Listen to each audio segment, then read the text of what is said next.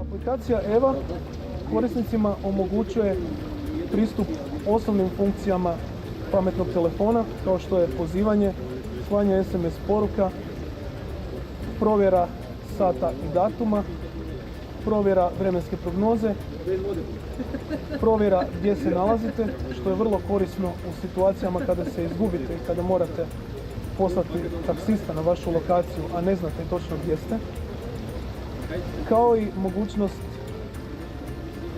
zvučne kontrole YouTube videoklipova.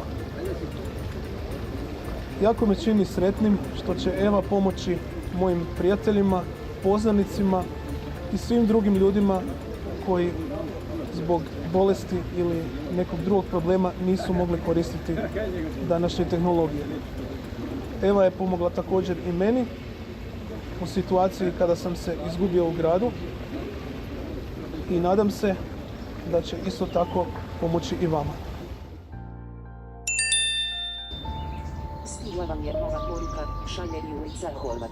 Tekst poruke, Bog, do kuda si stigao, Marija je već krenula i možda te može pokupiti. Javi joj se, što želite učiniti? Odgovori, čitajte i odustani. Odustani. Otkazano. Koja je moja lokacija? Mirkovečka 033 1 0 0 0 0 Zagreb, Hrvatska. Zovi osobu Marija Novak. 35 91 365 3042.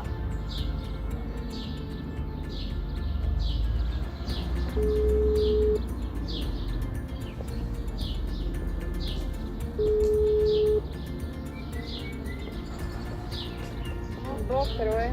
Bog. Gdje si? Evo sad sam na Mirkovečkoj 33.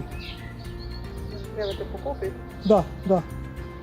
Super, to mi je usput, evo stižem po tebi za 5 minuta.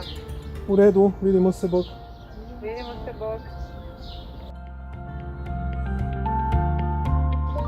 Poruka osobi Jurica Horvat. 385 91 211 000. Tekst poruke, način diktiranja. Izgovorite kraj da biste se vratili u normalan način rada. Izgovorite pomoć za dodatne naredbe. Marija dolazi po mene, zarez, stižemo za 15 minuta, točka. Marija dolazi po mene, stižemo za 15 minuta. Kraj. Izlazim iz načina diktiranja. Slanje poruke. Poruka poslana. Poruka isporučena.